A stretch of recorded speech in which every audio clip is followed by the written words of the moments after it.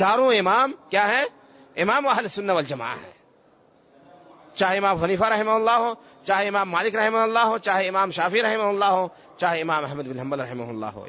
امام اہل سنت والجماعہ نے فرمایا، امام احمد بن حنبل نے، کہ معاویہ رضی اللہ عنہ کے ناک میں جو غبار لگا ہے، غبار جانتے ہیں نا، اب جب چلیں گے تو ناک میں کبھی کبھار غبار لگ جاتا ہے، کہ وہ غبار جو لگا ہوا، غبار امیر معاویہ کو چھوڑیے، جو ناک میں اس کے غبار لگا ہوا ہے، عمر بن عبد العزیز اس غبار کے برابر بھی نہیں ہو سکتے ہیں. جبکہ یہ عمر بن عبد العزیز جب نماز پڑھتے تھے میرے بھائی، نماز کیا کرتے تھے؟ باہر سے مٹی منگوا کر کے اس مٹی پر سجدہ اور اپنے اس پیشانی کو رگڑتے تھے. کہتے تمہیں تکبر کرنے کا کوئی حق نہیں ہے. اور حقیقت یہ ہے میرے بھائی، نماز اگر کوئی پڑھتا ہے، نماز کی نزاکت کو اگر کوئی سمجھتا ہے، تو دنیا میں وہ تکبر نہیں کر سکتا ہے. ایک مرتبہ نہیں، دو مرتبہ نہیں، تین مرتبہ نہیں، چار مرتبہ نہیں، 5 مرتبہ آپ روزانہ اپنی پیشانی کو زمین پر رگڑتے ہیں. اور انسان کی سب سے اشرف جگہ کون سی ہے؟ پیشانی ہے. کسی کو اگر آپ نے مار دیا، جان سے مار دیا، اس کے ورثہ کے سامنے اگر آپ تھوڑا سا جھک جاتے ہیں، وہ آپ کو معاف کر سکتا ہے. یا بہت سارے لوگ معاف کر، چلو جھک گیا یہ میرے سامنے، لیکن روزانہ آپ 5 مرتبہ اللہ تبارک و تعالیٰ کے سامنے اپنی اس پیشانی کو رگڑتے ہیں. 1 مرتبہ نہیں، 2 مرتبہ نہیں، 5 مرتبہ، 5 اوقات میں. اور اگر نفل اور سنت وغیرہ کا اگر آپ اہتمام کرتے ہیں اور زیادہ. یہ عمر بن عبد العزیز کیا ہے میرے بھائی؟ یہ مٹی منگوا کر کے، اور خلیفہ بنتے ہی انہوں نے، جو ہوتا ہے جب کوئی بادشاہ بنتا ہے، خلیفہ بنتا ہے، اس کے ہاتھ میں امور ہوتے ہیں تو کچھ چیزیں ان کے پاس آ جاتی ہیں ادھر ادھر سے. تمام چیزوں کو انہوں نے واپس کروا دیا تھا. کسی پھوفی کے پاس ہو، کسی چچا کے پاس ہو، فلاں کے پاس ہو، سب لاؤ اور بیت المال میں جمع کر دو. اور میں نے بتایا کہ بیت المال اتنا زیادہ مالدار ہو چکا تھا عمر بن عبد العزیز رحمہ اللہ، اور کتنے سال میں؟ صرف 2.5 سال میں، کہ کوئی صدقہ لینے والا نہیں تھا. یہی عمر بن عبد العزیز رحمہ اللہ نے کیا کیا؟ نماز کو کچھ تاخیر کر دی.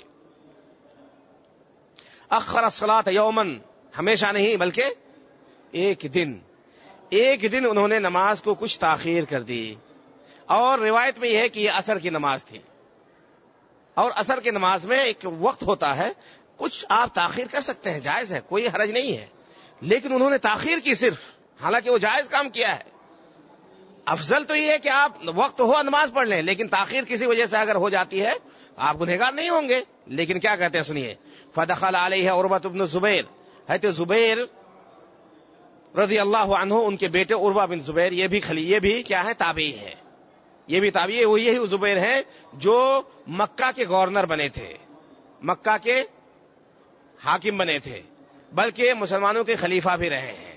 اور مکے والوں نے ان کے ہاتھ پر بیعت کی تھی، بعد میں صلیب پہ چڑھا دیے گئے تھے رضی اللہ عنہ. انہی کے لڑکے ہیں عروہ بن زبیر رضی اللہ عنہ. فاخبرہ، دخل علیہ عروہ بن زبیر رحمہ اللہ، عمر بن عبد العزیز کے پاس داخل ہوئے، اور انہوں نے بتایا کہ ان المغیرہ بن شعبہ رضی اللہ عنہ صحابی ہیں، انہوں نے اخر الصلاۃ یوما، کہا ان کو کہ مغیرہ بن شعبہ صحابی تھے، انہوں نے نماز کو ایک دن تاخیر کی ہے. وہو بالعراق، اور وہ عراق میں گورنر تھے. کون تھے؟ مغیرہ بن شعبہ رضی اللہ عنہ عراق کے گورنر تھے. انہوں نے ایک دن نماز کو تاخیر کی تھی، اور روایت میں یہ ہے کہ انہوں نے بھی عصر کی نماز میں تھوڑی سی تاخیر کی تھی. فدخل علیہ ابو مسعود انصاری رضی اللہ عنہ، جب مغیرہ بن شعبہ داخل ہوئے، مغیرہ بن شعبہ نے نماز تاخیر کی عصر کی نماز میں کچھ، تو ابو مسعود الانصاری رضی اللہ عنہ داخل ہوئے، اور کہا انہوں نے، ما ھذا یا مغیرہ یہ کیا ہے، کیوں تاخیر ہے نماز میں؟ میرے بھائی ہم لوگ تاخیر کی بات کر رہے ہیں، ہے کہ نہیں؟ یہ جو حدیث ہے، صحابہ کرام جا رہے ہیں، غصے میں ہیں، ناراض ہیں، اور حدیث سنا رہے ہیں کہ مغیرہ نے ایسا کیا، اور عمر بن عزیز آپ کو ایسا نہیں کرنا چاہیے. کس چیز میں میرے بھائی؟ نماز میں تاخیر میں، نماز میں تھوڑی سی تاخیر ہو رہی ہے، اس میں